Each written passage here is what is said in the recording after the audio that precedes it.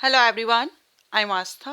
Welcome करती हूँ आप सभी का अपने YouTube channel government job JNU notification.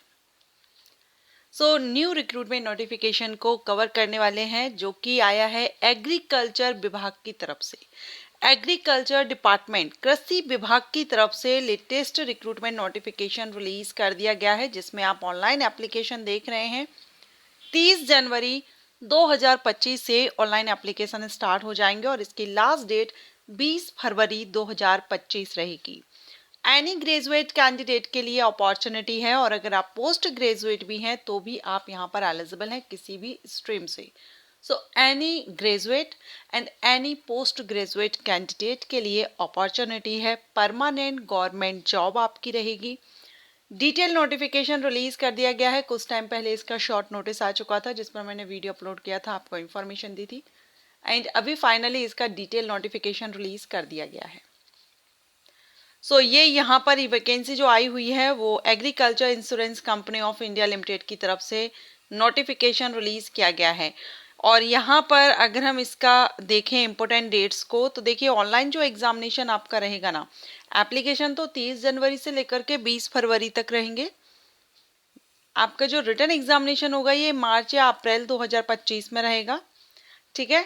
And इसमें आपकी जो वैकेंसी को किस किस पोस्ट के लिए वैकेंसीज हैं और टोटल नंबर ऑफ वैकेंसीज कितनी है, तो ये जो आपकी वैकेंसी है ये आईटी, ये मैंने एक्चुअल में अगर हम देखें तो ये मैनेजमेंट ट्रेनी के लिए वैकेंसी है, जिसमें आईटी, एक्चुरियल एंड जर्नलिस्ट के लिए है, ठीक है। टोटल 55 वैकेंसीज हैं।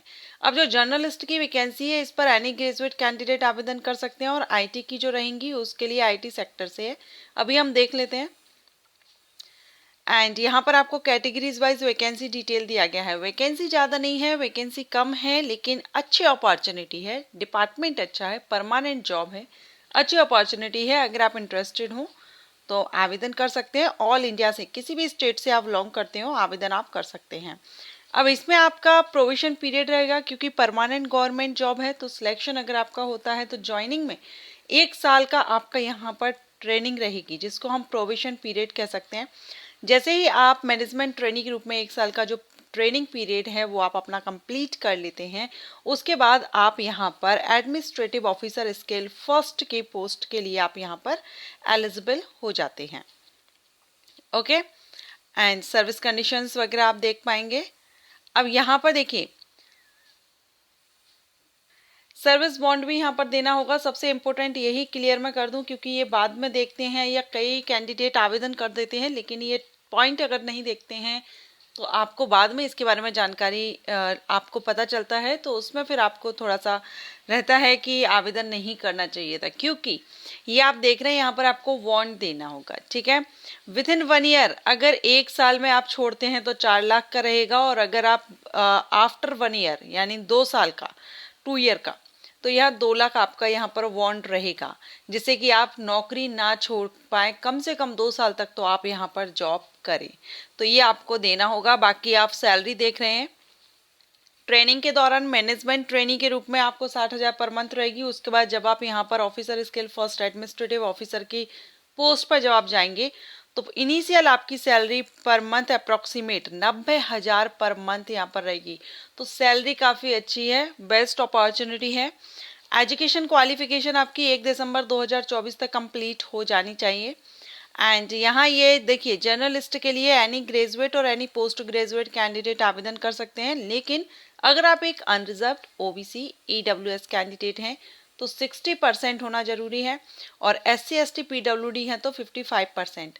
अब जरूरी नहीं है कि ग्रेजुएशन और पोस्ट ग्रेजुएशन दोनों ही हो। अगर आप सिर्फ ग्रेजुएट हैं तो भी आप आवेदन कर सकते हैं, और अगर आपने पोस्ट ग्रेजुएशन भी किया हुआ है तो भी आवेदन कर सकते हैं। दोनों ही कंडीशंस में आप आवेदन कर सकते हैं। मिनिमम क्वालिफिकेशन देखेंगे, अभी हमने यहाँ जर्नलिस्ट के लिए देखी, और इसमें आप देखेंगे एक्चुअल में आप देखेंगे तो बैचलर डिग्री या अगेन मास्टर डिग्री, ठीक है। या आप ग्रेजुएट हो पोस्ट ग्रेजुएट, ये सभी के लिए है। स्टैटिस्टिक, मैथमेटिक्स या आपने इकोनॉमिक्स ऑपरेशंस रिसर्च में की हुई हो तो आवेदन कर सकेंगे, या मास्टर या बैचलर डिग्री किसी भी डिसिप्लिन में हो, लेकिन आपने minimum 2 papers from institute of, ये IAI का यहाँ पर मांगा गया है, ये अगर आपके पास हो। बाकी अगर आपने मैथमेटिक्स से, स्टैटिस्टिक्स से, इकोनॉमिक्स से अगर बैचलर या मास्टर किया है तो आप आवेदन कर सकते हैं। इंफॉर्मेशन टेक्नोलॉजी में BE, BTech, ME, MTech वाले कैंडिडेट एलिजिबल रहेंगे। Computer science, information technology, MCA, percentage वही रहेगी सभी के लिए। ओके, तो ये यहाँ पर आपकी क्वालिफिकेशन और इंफॉर्मेशन सिक्योरिटी का भी यहाँ पर दिया गया, और जो एक्सपीरियंस जिनके पास है उनको डिजायरेबल में रखा गया है। बाकी यहाँ पर आप देखेंगे एज, तो 1 दिसंबर 2024 से ही एज देखी जाएगी। मिनिमम 21 और मैक्सिमम 30, 21 से 30 साल एज होनी चाहिए। और अगर आप रिजर्व कैंडिडेट हैं तो यहाँ पर आप देख रहे हैं आपको एज रिलैक्सेशन दिया गया है। तो अनरिजर्व कैंडिडेट के लिए 21 से 30 साल एज होनी चाहिए। सिलेक्शन प्रोसीजर में कंप्यूटर बेस्ड एग्जामिनेशन होगा, ऑनलाइन एग्जामिनेशन होगा, जो कि आपका ऑब्जेक्टिव एंड डिस्क्रिप्टिव होगा। अब इसमें आप देखेंगे जर्नलिस्ट के लिए, हम जर्नलिस्ट के लिए देखेंगे तो यहाँ पर आपका देखिए ये सारे जो टॉपिक्स या सब्जेक्ट आप देख रहे हैं ये तो आपके ऑब्जेक्टिव हो गए, लेकिन लास्ट में जो आपका है इंग्लिश टेस्ट, ये आपका डिस्क्रिप्टिव होगा। तो डिस्क्रिप्टिव के लिए अलग से 30 मिनट दिए जाएंगे और ये सिर्फ आप इंग्लिश में ही देंगे। 10 मैक्सिमम मार्क्स आप ले सकते हैं, 2 क्वेश्चंस रहेंगे, ठीक है।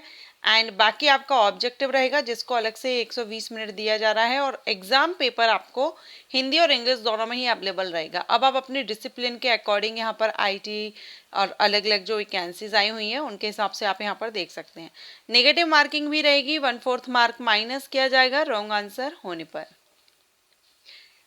CVT एग्जाम क्लियर करने के बाद होगा आपका इंटरव्यू। तो सिलेक्शन प्रोसीजर में ऑनलाइन एग्जामिनेशन एंड इंटरव्यू के बेस पर सिलेक्शन होगा यहाँ आपका फाइनल। एग्जामिनेशन सेंटर्स, तो यहाँ देखिए ये एग्जामिनेशन सेंटर दिए गए हैं किस स्टेट में कहाँ पर आपको एग्जामिनेशन सेंटर मिलेगा। तो मुझे लगता है सभी स्टेट्स में है, 30 स्टेट्स में एग्जामिनेशन सेंटर रखे गए हैं, तो आपको आपके स्टेट में एग्जामिनेशन सेंटर मिल जाएगा। आपको प्रेफरेंस फिल करना होगा फॉर्म फिलअप के टाइम पर, तो आपको मिल जाएगा। एप्लीकेशन फीस देखेंगे तो SC ST PWD के लिए तो 200 रुपये है, बाकी अदर जितने भी कैंडिडेट होंगे अदर कैटेगरीज के उनको 1000 रुपये एप्लीकेशन फीस पे करनी होगी। सो अप्लाई करने की जो लास्ट डेट है वो हमने यहाँ पर देखी। एप्लीकेशन 30 से स्टार्ट हो रहे हैं और लास्ट डेट आपकी रहेगी 20 फरवरी। तो 20 फरवरी तक आवेदन कर सकते हैं। वैकेंसी कम है, अगेन मैं कहूँगी वैकेंसी कम है लेकिन अपॉर्चुनिटी अच्छी है। फीस भी मुझे लगता है 1000 रुपये अनरिजर्व कैंडिडेट के लिए थोड़ा ज़्यादा है। तो अगर आप सेटिस्फाई हो, आपको लगता है, तो ही आप आवेदन कीजिएगा। एंड अप्लाई करने से पहले एक बार आप भी डिटेल नोटिफिकेशन को चेकआउट कीजिएगा। ASI की वेबसाइट पर आपको ये नोटिफिकेशन एंड अप्लाई लिंक कल से एक्टिव हो जाएगा। Thanks for watching.